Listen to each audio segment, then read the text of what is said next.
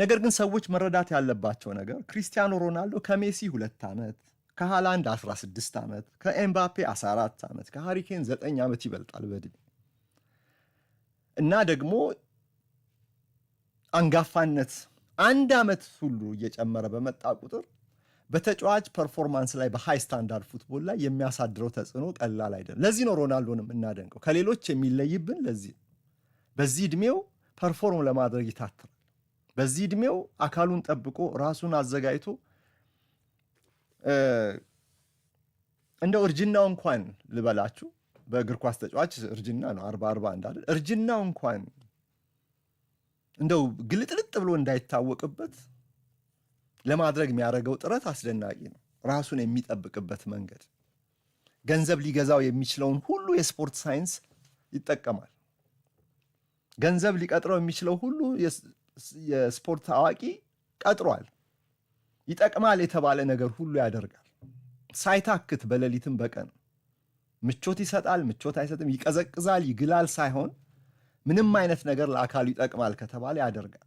በአመጋገቡ ጥንቃቄው፣ በሚወስደው ፈሳሽ ጥንቃቄው፣ ሲተኛ ጥንቃቄው፣ የ90 ደቂቃ የስሊፒንግ ሳይክል ነው የሚጠቀመው ለሪከቨሪ ለፒክ ፐርፎርማንስ ይሆናል ስለሚባል ማታ ተኝቶ ጠዋት የሚነቃ አይነት አይደለም። ይሄ ሁሉ ሳይቀር ነው ብላችሁ በጥንቃቄ የሚኖር ሰው ነው። ይሄም ታዲያ ለሌላ አይደለም፣ ለመኖር እንዴትም ብትኖር ትኖራለህ። ይሄ ግን በፕሮፌሽናል ደረጃ ፒክ ፐርፎርማንስ ላይ ለመቆየት የሚያደርገው የማይታክት ው 2 ዓመታት ያለፈ ጥረት ነው እና ክሪስቲያኖ ከነዚህ ተጫዋቾች በእድሜ ይበልጣል ስል እስቲ አስቡ።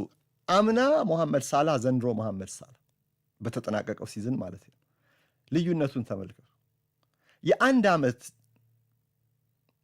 ጭማሪ በአንድ ትልቅ ተጫዋች ላይ በተለይ በዚህ በሃይ ስታንዳርድ ዘመናዊ እግር ኳስ ላይ ልዩነቱ በጣም ሰፊ ነው። በፐርፎርማንስ ላይ የሚያሳድር በእነዚህ ይሄ የኋለኛው ዕድሜ ላይ ማለት ነው 30 ካለፍክ በኋላ ባሉ ሮናልዶ 40ም አልፏል እና ከነዚህ ተጫዋቾች ጋር ሲነጻጸር አሁን ባለፈ ታሪክ ብናነጻጽረው ኢትስ ኦኬ።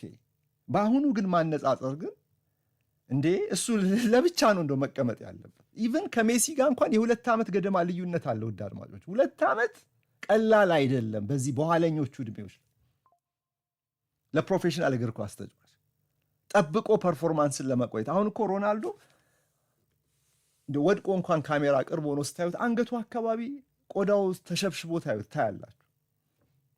የሰው ልጅ እኮ ነው በቃ። እና ይሄ ጭቅጭቁን ክርክሩ ምኑን ትተን ግን ፖርቱጋል ማሰለፍ ነበረባት ወይ? መጀመሪያ ሮናልዶ አሰልጣኙ ሮቤርቶ ማርቲኔዝ 90 ደቂቃ እሱን ማጫወት ነበር። ኢኮኖሚካሊ እንዴት ነው መጠቀም የሚቻለው? ሮናልዶ 3 ዓመት ሆነው እኮ በሳውዲ አረቢያ ሊግ መጫወት ከጀመረ ከዛኛው ከሃይ ኢንቴንሲቲው መድረክ ከራቀ 3 ዓመት ሆኖታል። የግል ጥረት ብቻ አይደለም፣ በጨዋታ ላይ ያለው ኢንቴንሲቲ እንደ ፕራክቲስ ይቆጠራል። እንደዚህ ባለው ውድድር ላይ እንጂ እሱማ የዓለም ዋንጫ ረሃብ አለበት። የዓለም ዋንጫ የማሸነፍ ታሪክ ስለሌለው ተልኮ ያብቅቷል ብሎ ያስብ እና ሁል ጊዜ ሞቲቬትድ ስለሆነ እንደሚባለው ነው የእርሱ አእምሯዊ ዝግጁነት ከአካሉ ቀድመዋል። አካሉ እንኳን በዕድሜ ምክንያት እየወረደ ቢመጣ ዝግጁነቱ፣ ተነሳሽነቱ ከፊት ይቀድማል። ስለዚህ የሆነ አካል ይበቃሃል ካላለው በስተቀር እርሱ መጫወቱን እድል ከሰጠው ይጫወታል። የእርሱ የማሸነፍ አፒታይት ደግሞ ከትልልቅ ዋንጫዎች ጋር የተያያዘ ነው። በትልልቅ ዋንጫዎች ነው የሚጠግበው፣ በትልልቅ የግል ክብሮችም ጭምር እና ይሄን ለዚህ አፒታይቱ ደግሞ የዓለም ዋንጫን ቢመኝ በዚህ ዕድሜው አያስገርምም ልላችሁ። ያለው ሞቲቬሽን ያለው ቁጭት ከማንም አይገጥም።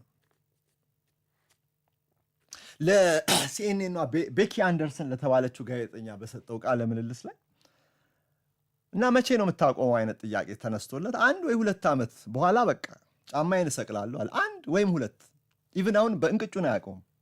አሁን ከፖርቱጋል ብሔራዊ ቡድን አይደለም በክለብ 1 ወይም 2 ዓመት ነው ያለው።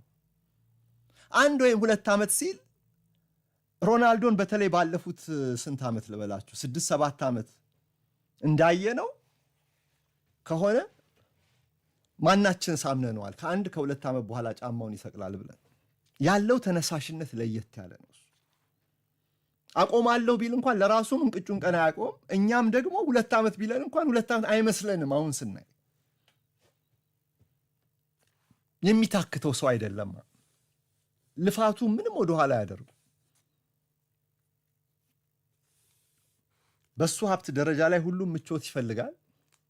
ግን ደልቃቃነቱ በኑሮ ሊሆን ይችላል። በሙያው ላይ ግን አሁንም ያው ሁሉን ጥለጭቃ ላይ መንከባለል ካስፈለገ ይንከባለላል። እሱ ጣጣ የለበት።